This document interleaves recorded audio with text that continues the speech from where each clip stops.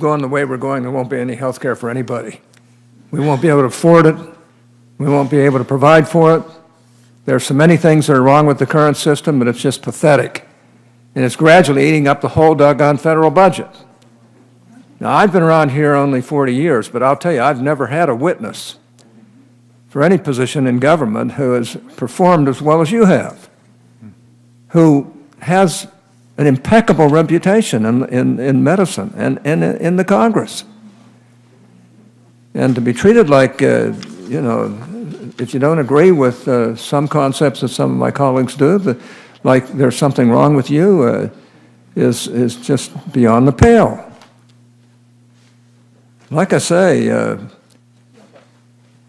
you not only have a great deal of experience in medicine, but you've been a great congressman, and you've been assigned trying to get things under control around here, and you found that it's almost impossible because we have all these people saying we've got to do everything in the world.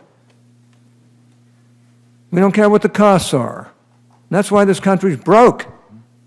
We've got to find some way of delivering all these health care benefits to people without totally ruining the country so nobody gets any health care benefits, which is where we're headed. I don't know how in the world we can continue to buy off on this liberal claptrap that you don't have to pay the piper.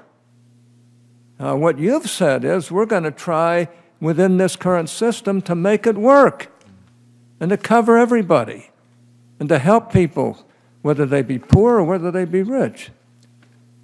Now, I don't know if you can say much more than that, but I get a kick out of how many of these people are constantly blathering about we got to do everything for everybody when we know we're $20 trillion in debt. And this money doesn't grow on trees. And yet every one of us wants to make sure health care works. Every one of us wants to make sure every deserving person in our society is cared for. And I say that as a person who, over the last 40 years, almost every health care bill that works has my name on it, starting with the orphan drug bill. How about Hatch-Waxman that created the modern generic drug industry, and name it all. The fact of the matter is that you've been very forthright, very honest, and you've indicated that in spite of all the problems of trying to fund health care and all the problems around health care, you're going to do your doggone level best to make sure health care is delivered to our American people. You know, I wonder how many of my colleagues on the other side are going to vote for you. And if they don't, it kind of says something about what's happening in this country. I want to thank you for being here today. I don't think you ducked any questions. You answered them forthrightly. They might not have pleased the individual senators, but you did. Now, I look forward to Dr. Price being confirmed and assuming his position so he can begin working with us here in Congress to improve the nation's health, the whole health care system, and to ensure that taxpayer dollars are used efficiently and effectively. Now, we owe that to the dedicated taxpayers and citizens of this great country. And to that end, several groups and individuals have submitted letters of support for Dr. Price. And I would like to ask that those be entered into the record at this point without objection.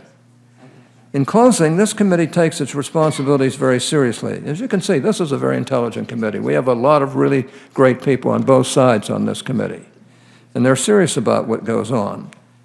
But that's why we have such a thorough review process for nominees. This is why the committee is following and will continue to follow our longstanding process in the future.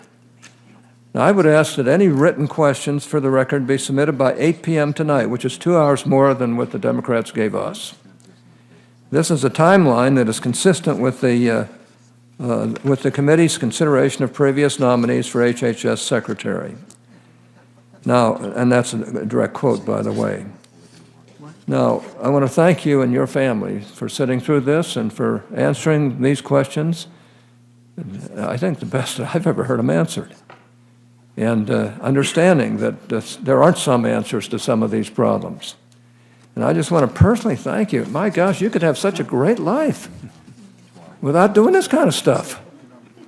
And you're willing to give your life in working for the American people and in trying to do what really needs to be done in the area of health care. And I want to commend you for it because I just don't think there's a justifiable reason to vote against you. Thank you, sir.